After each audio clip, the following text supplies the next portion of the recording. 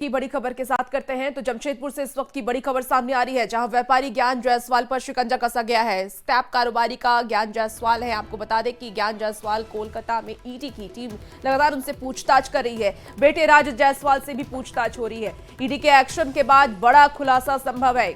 कई shell company के निदेशक हैं ज्ञान जायसवाल और ऑनलाइन जॉब के नाम पर धोखाधड़ी का आरोप भी इनको पर लगा है। ईडी ने जब्त किए हैं कई दस्तावेज। देश भर में 135 से ज्यादा शेल कंपनी और करीब 5000 करोड़ के फर्जी बिल का भी मामला सामने आया है। तो ईडी के रडार पर कई बड़े उद्योगपति अब है। शक के दायरे में कई कारोबारी और सीए हैं। और ज्यादा जानकारी के साथ न्यूज 18 संवाददाता आशीष तिवारी सीधे हमारे साथ इस वक्त फोन लाइन पर जुड़ गए हैं। आशीष, लगातार धोखाधड़ी का मामला सामने आ रहा है, ईडी की तरफ से कार्रवाई की जा रही है। अब तक कितने सबूत जब्त हुए हैं, क्या कुछ जानकारी है? जी बता दूं कि कल ईडी की कार्रवाई अचानक सुबह जो है जमशेदपुर के सबसे बड़े व्यापारी ज्ञान जायसवाल के घर पर 6 सदस्यीय टीम जो है वो पहुंचती है और उसके बाद पूरी तरह से ये घंटों ये कार्रवाई होती है और घंटों के बाद कई दस्तावेज बरामद किए गए हैं। हालांकि आपको बता दूं कि जमशेदपुर के कदमा, बिष्टुपुर, सरायकेला के कंपनी और साथ ही साथ उनके कलकत्ता के आवास पर भी लगातार जो है ईडी की दबिश बनी हुई है। और इस पूरे मामले में अब एक बड़ा खुलासा हो सकता है, क्योंकि जिस तरह बातें सामने आ रही है कि इससे पहले भी ज्ञान जायसवाल जो है 18% जीएसटी गबन मामले में जेल जा चुके थे और उसके बाद अब मनी लॉन्ड्रिंग का भी मामला आया है। और जिस तरह बातें सामने आ रही है कि इनके साथ साथ इनका बेटा जो है वो भी कई कंपनियों का निर्देशक है और कई फर्जी तरीके से कंपनी बनाकर ये करोड़ों का घोटाला किया गया है। हालांकि अभी ऑनलाइन जॉब के नाम से लोगों से दस्तावेज लिया जा रहा था और इसी दस्तावेज से कई कंपनियों को बनाया गया था। लगभग अब तक देश में 135 सेल कंपनी बनाने का अनुमान लगाया जा रहा है। हालांकि इस कंपनियों में लगभग 500 करोड़ की जो ठगी की गई है वो सामने बात आ रही है, मगर अब ईडी की कार्रवाई जो है वो लगातार बनी हुई है। और ज्ञान जायसवाल के साथ साथ उनके राज जो बेटे हैं उनको भी ईडी ने अब हिरासत में लेकर पूछताछ कर रही है। पूछताछ के बाद अब लोगों को जो है अब इंतजार है कि क्या कुछ कार्रवाई होता है, मगर इस कार्रवाई के बाद कहीं ना कहीं जमशेदपुर के कई व्यापारी और सीए जो है वो रडार पर आ चुके हैं, क्योंकि इनके साथ साथ एक बड़ा रैकेट था जो एक गलत तरीके से, फर्जी तरीके से कंपनी बनाकर और सरकार को करोड़ों का चूना लगा रहा था। हालांकि अब देखना यह है कि कार्रवाई में क्या कुछ निकल के सामने आता है। बिल्कुल आशीष, और देखना होगा कि ये ईडी की तरफ से जो कार्रवाई की जा रही है इसमें क्या बड़े खुलासे हो सकते हैं। बहुत शुक्रिया आशीष, तमाम जानकारी के लिए। नजर बना के रखिए। देखिए, इसी बीच एक और बड़ी खबर चाईबासा से सामने आ रही है, जहां 7वीं की छात्रा से गैंग रेप हुआ है। 4 युवक पर गैंग रेप का आरोप लगा है। रेप के बाद हत्या की धमकी भी दी गई। धमकी के बाद डर से चुप थी पीड़िता। 15 दिन के बाद परिवार को इस बात की जानकारी मिली। एफआईआर के बाद हिरासत में लिए गए हैं 3 आरोपी। तो बता दें आपको कि बड़ा जामदा ओपी क्षेत्र की ये पूरी घटना बताई जा रही है। 21 जुलाई की ये वारदात बताई जा रही है। नाबालिग के साथ गैंग रेप हुआ है। ज्यादा जानकारी के साथ न्यूज 18 संवाददाता रुपेश इस वक्त हमारे साथ सीधे फोन लाइन पर जुड़ गए हैं। रुपेश, नाबालिग के साथ गैंग रेप किया गया, 4 युवकों ने गैंग रेप किया, पुलिस की तरफ से फिलहाल क्या कुछ कार्रवाई की जा रही है?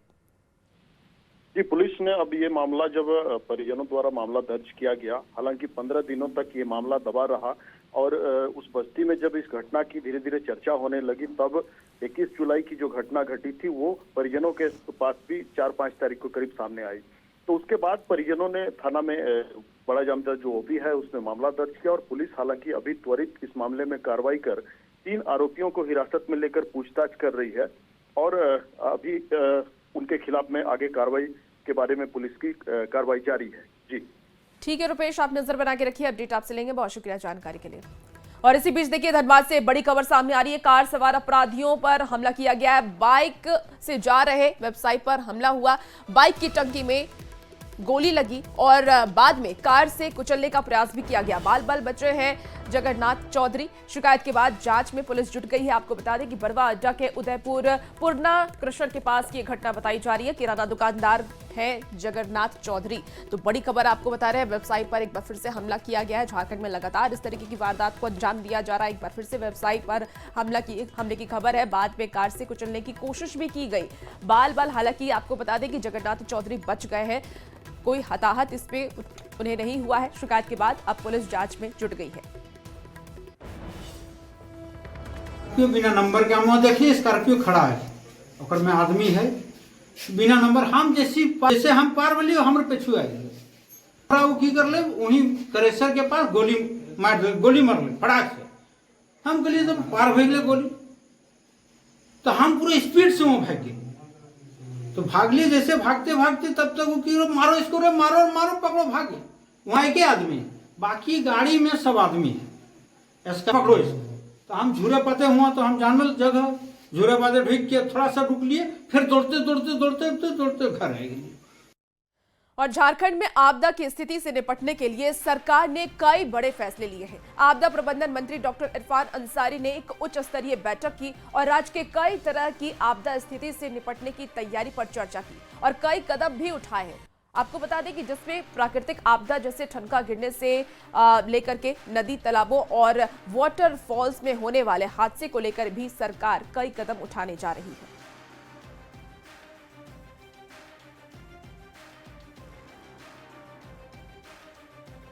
तो आपको बता दें कि ठनका से अक्सर लोगों की जान चली जाती है या गंभीर रूप से झुलस जाते हैं। ऐसे में ठनका से बचाव के लिए सरकार बड़ा कदम उठाने जा रही है। आपदा से निपटने की तैयारी पर सरकार का जोर है। ठनका को लेकर के अलर्ट के लिए बनेगा सिस्टम। आपको ये भी जानकारी दे दें कि जामताड़ा, दुमका और बरहिट में होगा विशेष सर्वे और सर्वे के बाद mitigation project for lightning safety शुरू होगा। ठनका से 3 घंटे पहले माइकिंग कर अलर्ट जारी किया जाएगा। इसके साथ ही लोग नदी तालाबों या वाटरफॉल्स घूमने जाते हैं, लेकिन कई बार लोग हादसे के शिकार हो जाते हैं और सुरक्षा को लेकर के सवाल उठने लगते हैं।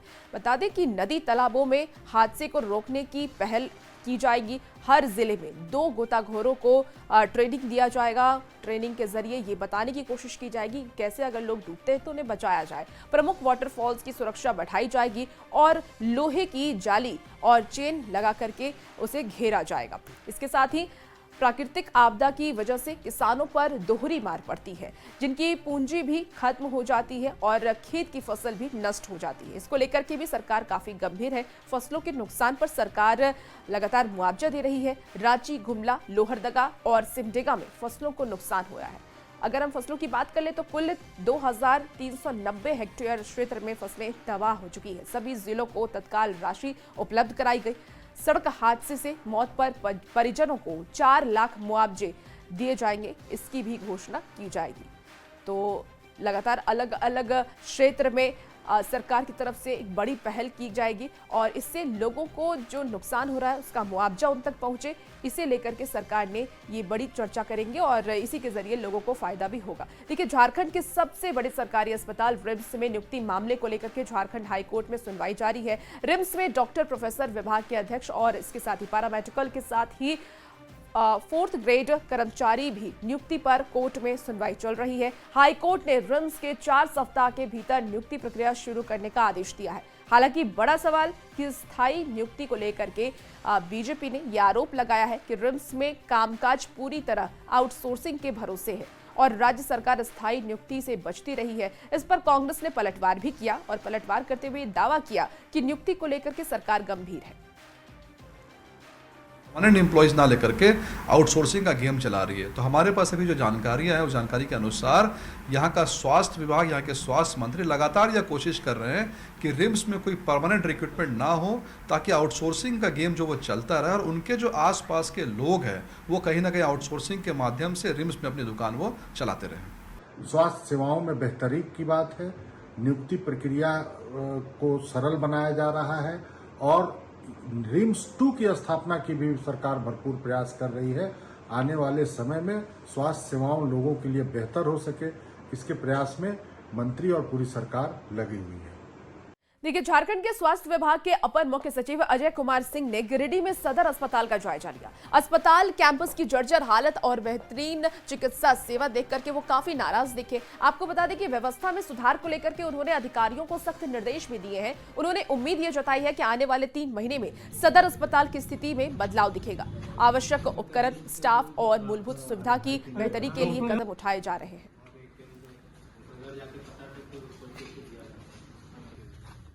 झारखंड के दिशुम गुरु शिबू सोरेन के निधन के बाद उनकी बहू और सीएम हेमंत सोरेन की पत्नी कल्पना सोरेन ने सोशल मीडिया पोस्ट पर एक्स पर पोस्ट किया है, एक भावुक पोस्ट किया है और उन्होंने लिखा है कि कल्पना सोरेन ने दिशुम गुरु को परिवार का वट वृक्ष बताया और उन्होंने जाने से पहले वो टूटी हुई महसूस वो कर रही हैं। कल्पना सोरेन ने ये भी लिखा है कि वो सिर्फ उनके ससुर नहीं थे, वो झारखंड के बाबा थे। हर उस बच्चे के जिनके जंगल की गोद में जिनका जन्म हुआ और संघर्ष को पहली सांस में महसूस किया। तो कल्पना सोरेन की तरफ से देखिए ये एक्स पर पोस्ट किया गया, भावुक पोस्ट किया गया और कल्पना सोरेन ने दिशुम गुरु को परिवार का वट वृक्ष बताया और उन्होंने कहा कि उनके जाने से वो टूटी हुई महसूस कर रही है, काफ़ी अकेला महसूस कर रही है। कल्पना सोरेन ने ये भी लिखा कि वो सिर्फ उनके ससुर नहीं थे, वो झारखंड के बाबा थे और हर उस बच्चे के पिता थे जिन्होंने जंगल की गोद में जन्म लिया।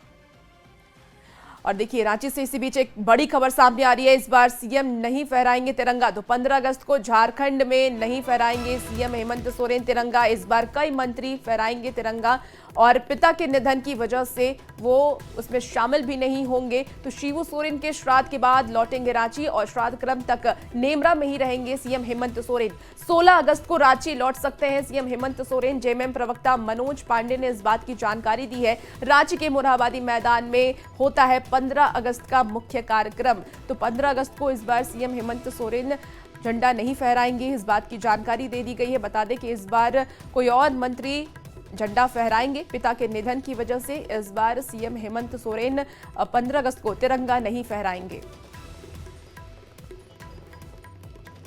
और देखिए राज्यपाल संतोष गंगवार ने नेमरा स्थित प्रतीक आवास पहुंच करके सीएम हेमंत सोरेन से मुलाकात की और दिशोम गुरु दिवंगत शिबू सोरेन जी की तस्वीर पर पुष्प अर्पित कर उन्हें भावपूर्ण श्रद्धांजलि अर्पित की।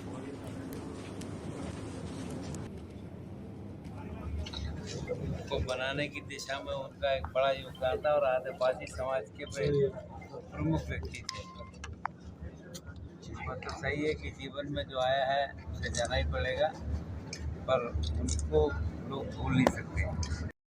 दिशुम गुरु शिबू सोरेन की अंत्येष्टि के बाद होने वाले पारंपरिक अनुष्ठानों की तैयारी अब देखिए तेज हो गई है। गुरु जी का श्राद्ध क्रम 10 दिन तक चलेगा और मुख्यमंत्री हेमंत सोरेन नेमरा में ही रुकेंगे। मंत्री सुदिव्य कुमार सोनू ने जिला प्रशासन के अधिकारियों के साथ नेमरा में श्राद्ध क्रम की तैयारियों का जायजा लिया और आयोजन की रूपरेखा पर चर्चा की। और धनबाद सांसद ढुलू महतो ने पत्नी सावित्री देवी के साथ दिल्ली में प्रधानमंत्री नरेंद्र मोदी से मुलाकात की और आपको बता दें कि चिटाही धाम रामराज मंदिर का स्मृति चिन्ह प्रधानमंत्री को भेंट भी किया। और खबरों में आगे बढ़ते हैं, बता दें आपको कि रांची के झीरी कचरा डंपिंग यार्ड से फैल रहे प्रदूषण पर झारखंड हाई कोर्ट ने संज्ञान लिया है। इस मामले में राज्य सरकार और रांची नगर निगम को नोटिस जारी कर जवाब दाखिल करने का आदेश दिया गया। बताया जा रहा है कि झीरी डंपिंग यार्ड में 22 लाख टन करीब कचरे का पहाड़ फैला है, जिससे होने वाले प्रदूषण और बदबू से आसपास के इलाकों में बीमारियां भी फैल रही हैं और इस इलाके में बसी आबादी गंदगी और कचरे के बीच रहने को मजबूर है। राजधानी रांची के झीरी में कचरे का डंपिंग यार्ड है। रांची के तमाम गली मोहल्लों से जो कचरा निकलता है वो झीरी में ही जाकर के डंप किया जाता है। झारखंड हाईकोर्ट ने इस पर संज्ञान लिया है और संज्ञान लेने के बाद झारखंड हाईकोर्ट ने सीधे राज्य सरकार और रांची नगर निगम से इस मामले में जवाब दाखिल करने का निर्देश दिया है। बता दें कि यहाँ झीरी में जो कचरे का पहाड़ है वो 22 लाख टन का है। मतलब समझ जाइए कि इससे जो प्रदूषण फैल रहा है और आसपास की जो रहने वाली जो आबादी है, आप देख सकते हैं कि इस आबादी में बच्चे कैसे कचरे के बीच से गुजर कर अपने घर जा रहे हैं, स्कूल जा रहे हैं और ऐसे में जो बीमारियां हैं, जो प्रदूषण फैल रहा है, उससे बड़ी परेशानी हो रही है। बहुत परेशानी, इससे पूरा स्मेल भी पूरा मोहल्ला तक जाता है ये कचरा की वजह से। जब हवा चलता है पानी से पूरा मोहल्ला कचरा का हवा जाता है। पार में बहुत दिक्कत लगता है। अब क्लास में जो यहाँ पर स्कूल है, उधर स्कूल है। अच्छा, स्कूल में जब बैठती हो तो क्या उस समय बदबू आता है? हाँ। हाँ। आता है? हाँ। क्लास में जब बैठते हो तो बदबू आता है? हाँ। हाँ। तो उस समय क्या करते हो? क्या करते हो? रुमाल से मास्क छेक लेते हैं। रुमाल से मास्क ऐसे कर लेते हैं। बहुत बार इस चीज को कहा गया, दिखाया गया कि ये चीज ऐसे है, इसको हटाइए, ये कीजिए, वो कीजिए, लेकिन कोई सुनवाई नहीं है यहाँ का। देखिए घनी आबादी बसी है, घनी आबादी बसी है। बहुत सारे आदमी आते हैं और ऐसे ही कैमरा से फोटो लेते हैं, उसके बाद कोई सुनवाई नहीं है यहाँ का। यहाँ का कुछ सुनवाई नहीं, ऐसे के ऐसे ही रह रहा है। इसके लिए अगर कुछ कर देते हैं सरकार तो बहुत हम लोग के लिए बढ़िया रहेगा। अब झारखंड हाई कोर्ट ने इस पर संज्ञान लिया है और संज्ञान लेने के बाद जाहिर है कि राज्य सरकार रांची नगर निगम को इस मामले में जवाब दाखिल करने का निर्देश दिया गया है। और आपको बता दें कि झीरी में जो कचरे का डंपिंग यार्ड है वहाँ 22 लाख टन कचरा है। मतलब उस कचरे का निष्पादन किया जाए तो उसे करने में भी 10 साल लग जाएंगे। जाहिर है कि झारखंड हाईकोर्ट के स्वागत का जो आम लोग, स्थानीय लोग हैं, जो डंपिंग यार्ड है उसके बगल में रहते हैं, वो लोग स्वागत कर रहे हैं। उससे उन्हें उम्मीद है कि वास्तव में झारखंड हाईकोर्ट के इस फैसले के बाद, संज्ञान लेने के बाद, शायद यहाँ की तस्वीर और तकदीर दोनों बदलेगी। कैमरामैन संत के साथ संजय कुमार सिन्हा, न्यूज 18 रांची। और रांची के झेरी में कचरे की समस्या पर मोहल्ले की एक महिला ने यह बताया है कि घरों के आगे ही कचरा फेंक दिया जाता है, जिसमें दवाई और केमिकल के शीशे लोगों को बीमार कर रहे हैं। कचरा फेंकने से मना करने पर मारपीट भी की जाती है और इस मामले में रातू थाने में भी आवेदन देने की बात कही है, लेकिन सब कुछ पैसे से मैनेज हो जाता है। देखिए बगल में घर है, बच्चा लोग है, बच्चा बीमार पड़ते हैं, सब अब यहाँ बोलते हैं तो ये सब हम लोग के मारपीट करता है। वहाँ वो घर है, वहाँ देखिए ऊपर वाला है। बाले बच्चे मिल के, मेरा यहाँ हस्बैंड नहीं रहते हैं, मेरा 2 लड़का रहता है, हम अकेले रहते हैं। क्या दवा रहता है? आप बोलते हैं तो ये सब मिल के हमको मारते पीटते हैं। थाना में भी गए तो थाना में घूस दे दिया, थाना वाला कुछ नहीं किया। देखिए, रांची के झीरी कचरा डंपिंग यार्ड पर सत्ताधारी दल कांग्रेस ने प्रतिक्रिया दी है तो बीजेपी ने निशाना साधा है। को लेकर बड़े शहरों में डंपिंग यार्ड को लेकर के समस्याएं हैं, उसमें से रांची भी एक है। राज्य सरकार की योजना है कि कचरे से हम ऊर्जा का उत्पादन करें और वेस्ट मैनेजमेंट के तहत इन समस्याओं का समाधान करें। इस पर काम चल रहा है। और फिलहाल इस बुलेटिन में इतना ही। खबरों का सिलसिला न्यूज 18 बिहार झारखंड पर जारी। बने रहिए आप न्यूज 18 बिहार झारखंड के साथ।